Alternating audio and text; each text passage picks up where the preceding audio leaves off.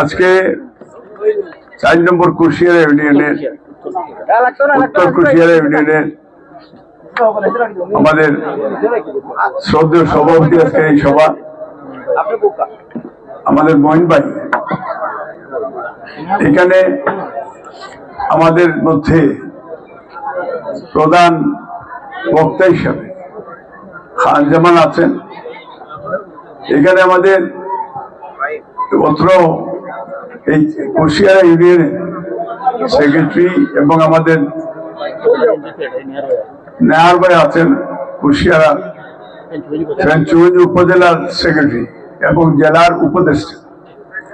এখানে হক যেটা বলেছেন আব্দুল হক, উনি আমাদের লিভারপুল বিএনপির একজন সম্মানিত নেতা এবং ইউরোপে বিভিন্ন দেশে আমরা যখন আন্দোলন সংগ্রাম করেছি, ওয়ার্ল্ডের সবচেয়ে বৃহত্তর আন্দোলন ইউকেতে হয়েছে, ইউরোপে হয়েছে।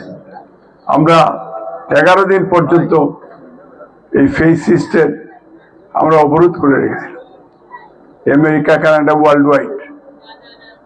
পরবর্তী পর্যায়ে দেশের জন্য যারা জীবন দিয়েছে কোমলমতি ছাত্রছাত্রীরা, তাদের পক্ষেও আমরা লক্ষ প্রবাসী বাংলাদেশিদেরকে নিয়ে আমরা অবস্থান নিয়েছিলাম। আজকে যারা দুনিয়াতে নাই তাদের আত্মার মাগফিরাত কামনা করছি। বাংলাদেশের প্রথম প্রেসিডেন্ট, মহান স্বাধীন বাংলাদেশের ঘোষক, বীর মুক্তিযোদ্ধা, বীর উত্তম, মাল্টিপার্টি ডেমোক্রেসি যিনি ইন্ট্রোডিউস করেছেন, শহীদ রাষ্ট্রপতি জিয়াউর রহমানের আত্মার মাগফিরাত কামনা করছি। যারা এই দেশের জন্য জীবন দিয়ে গেছে, শহীদ হয়েছে, তাদের আত্মার মাগফিরাত কামনা করছি। আমাদের নেত্রী যার জন্য দোয়ার আয়োজন করেছে, এই নেত্রী আমাদের দেখেন বিএনপিতে 2 জন বিশ্ব নেতা হিসাবে স্বীকৃতি পেয়েছে। আলহামদুলিল্লাহ, আল্লাহ শুকরিয়া আদায় করছি। শহীদ রাষ্ট্রপতি জিয়াউর রহমান এবং বেগম খালেদা জিয়া, উনি বলেছিলেন দেশের বাইরে আমার কোনো ঠিকানা নাই, এবং আল্লাহ এটা কবুল করেছে। চিরজীবনের জন্য বাংলাদেশে ওনার স্থায়ী ঠিকানা।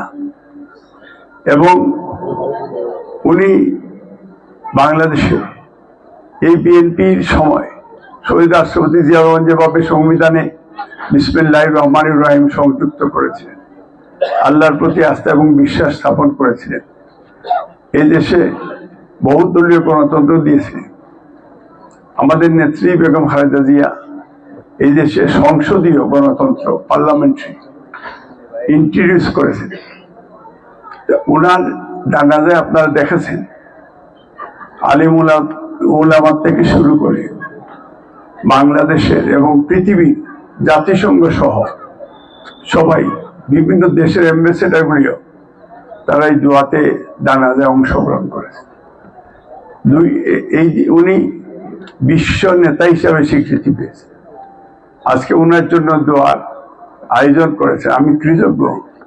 আমি বিএনপির চেয়ারপারসনের উপদেষ্টা, আমি আপনাদের কাছে কৃতজ্ঞ যে আপনারা অনেক মুরব্বিয়ান আজকে এখানে দেখতেছি, যেখানে সাদা দাঁড়িয়েলা মুরব্বী, তাদের দোয়া কবুল হয়। এখানে অনেক মুরব্বী, ছাত্র, মাদ্রাসা স্টুডেন্ট, বোনেরা এবং যুবকেরা, সাংবাদিকেরা সবাই উপস্থিত আছে।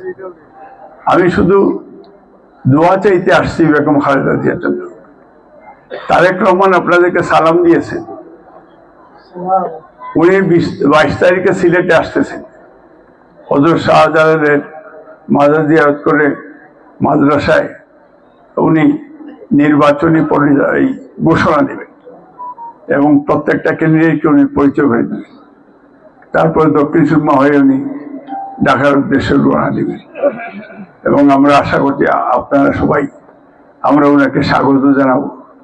আপনারা মাদ্রাসার মাঝে হয়তো 11টায় প্রোগ্রাম হবে, আপনারা যাবেন।